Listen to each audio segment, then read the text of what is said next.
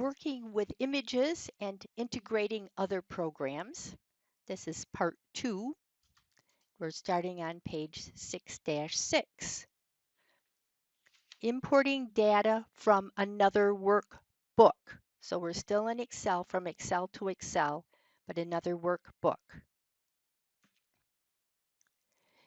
This activity starts in part 1 with opening a file and saving it off as another name.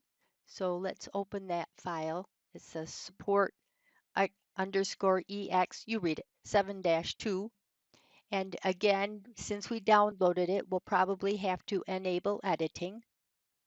I'm going to increase the zoom just a little bit so you can see better. And the first thing we're supposed to do is save as and give it the name staff. I'm leaving it in the same folder and complete different name. IL underscore EX underscore 7 underscore staff. Now, if you still have the activity open that we just did, that's good. But if you closed it like I did, then you'll have to open that. So I'm going to click File Open. They said activate, and the file we're going to open is the one that we were just using. Enable content. Crank up the zoom here a little bit too. Okay. Now then, what we want to do, we're going to import that data from the new spreadsheet back into our old spreadsheet. So we'll click on the Data tab. In the Get Data group, we're going to get data from, do we have one from an Excel file? Nope. So we'll have to go to Get Data, and from a file.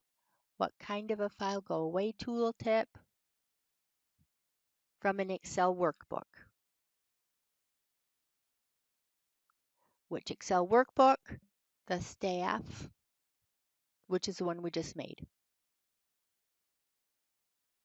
Now, this is on step 4 we're on now, and it says where do you want to get it from? Here we're going to go from sheet 1, and it shows us a preview of what that looks like. Remember, we just made it. We're going to do a transform operation this time. Instead of just loading it in, we'll transform it. That's step 5. And mine came up on the other monitor, so let me pop it over there. We're now in that Power Query Editor that was mentioned on page 1 when we started, and now we're using it. What we're going to be doing is renaming all of the information in this sheet. So we'll double click on sheet 1 and type it called TCS staff. Press the enter key. Then we'll double click on column 1 and call it position. Press the enter key.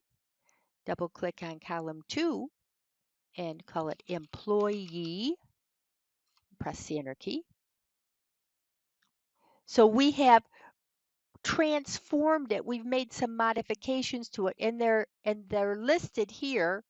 It is actually some, you can say, computer programming that we're doing. Actually is what we're doing. And when we've finished that, back on the Home tab, which I'm still on, I'm going to click Close and Load. So having done this modification, I'm going to actually change that now, add it, and it turned into a new worksheet in my old workbook. See, we're in the TCS workbook, and we have a new sheet with the new column headings that we specified. I can clear that Queries and Connections pane. Now these have been linked together. The data from the other spreadsheet and this data have been linked together. Let's go back to the other spreadsheet. That's the staff workbook. And we didn't have the headings in there, but we do now. That's okay. And Ashley here got married, I guess, or divorced, I suppose. So we're going to change her last name to Elwell, and we will save it. And this time we're going to close the file.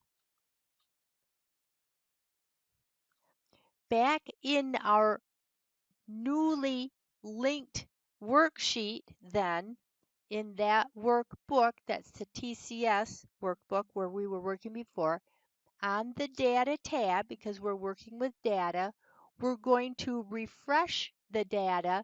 We could refresh certain things, but the only choice we have right now is refresh all. So we'll refresh all, and notice that Ashley's new name shows up now because they are linked. So you've seen an example of object linking and embedding. And I'll save it right away. Control S. Since we're on that page, this is a really handy skill. What happens if I have the name, the first name and last name in the same cell, but I want to have, say, first names and last names separated? I can select the whole column like this, but what if you have 1,000 names? That's not going to work. Let's do that click, shift, click technique that we learned before. And we're going to go up on the data tab over in the data tools group. You know, some of mine don't have words, but if you hovered over them, you could see what they were, tooltips. Click text to columns. And do we have delimiters between them? Yes, we do. Which delimiter do we have? It's a space. When we come to this step of the wizard, then it says, do you have tabs between them? And the answer is no, we don't. We have spaces between them. So we'll tell the computer to find the space and put that into 2 columns. Now, if you have somebody with a first name that has a space in it, then we're in trouble. Anyway, click next. And is this still just general data? Yes, it is. So we'll click finish. And looky there, now we have 2 columns, one with the first name and one with the last name, and we would have to rename the columns, but that's not any big deal. That is one Jim Dandy skill that you should practice with before you go on.